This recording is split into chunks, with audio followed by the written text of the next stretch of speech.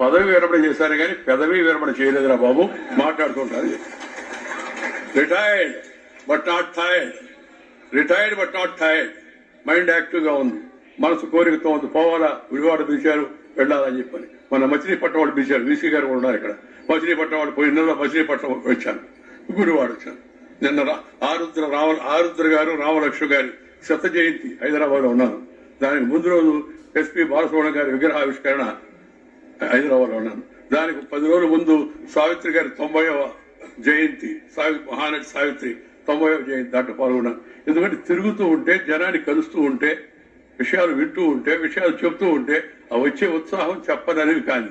అందుకని ప్రతి ఒక్కరూ జీవితంలో ఆఖరి క్షణం వరకు మొబైల్ కాదు, మనిషి మొబైల్ గా ఉండాలా. మొబైల్ మిషన్ కాదు, మొబైల్ గా తిరుగుతూ ఉండాలా, నలుగురిని కలుస్తూ ఉండాలా, విషయాలు చర్చించుకుంటూ ఉండాలా, మంచి విషయాలు తెలుసుకోవాలా.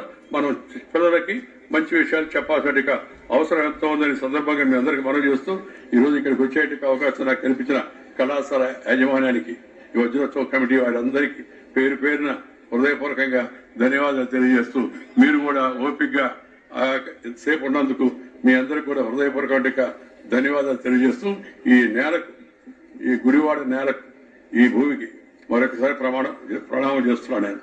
ఎందుకంటే మహానుభావులు పుట్టారు ఇక్కడ. ఎంత ఫర్టైల్ ల్యాండ్. ఇక కేవలం గుడివాడే కాదు, ఈ గుడివాడ చుట్టుపక్కల ఈ గుడివాడ మచిలీపట్నం అటు చూస్తూ ఉంటే ఏవో స్వాతంత్ర సమర యోధులు జెండా తయారు చేసిన పెంగాళి వెంకయ్య, అలాగే మన ముట్టూరు కృష్ణారావు, కృష్ణా పత్రిక, అలాగే త్రిపురనేని రామస్వామి చౌదరి, అలాగే గోరా గారు, ఆయనతో నేను అంగీకరించాను కానీ ఆయన కూడా గొప్పవాడు. విశ్వనాథ్ సత్యనారాయణ గారు, విశ్వవిఖ్యాత అద్భుతమైన మేధావి ఆయన. అలాగే సుక్కవల్లి రామబ్రహ్మం గారు,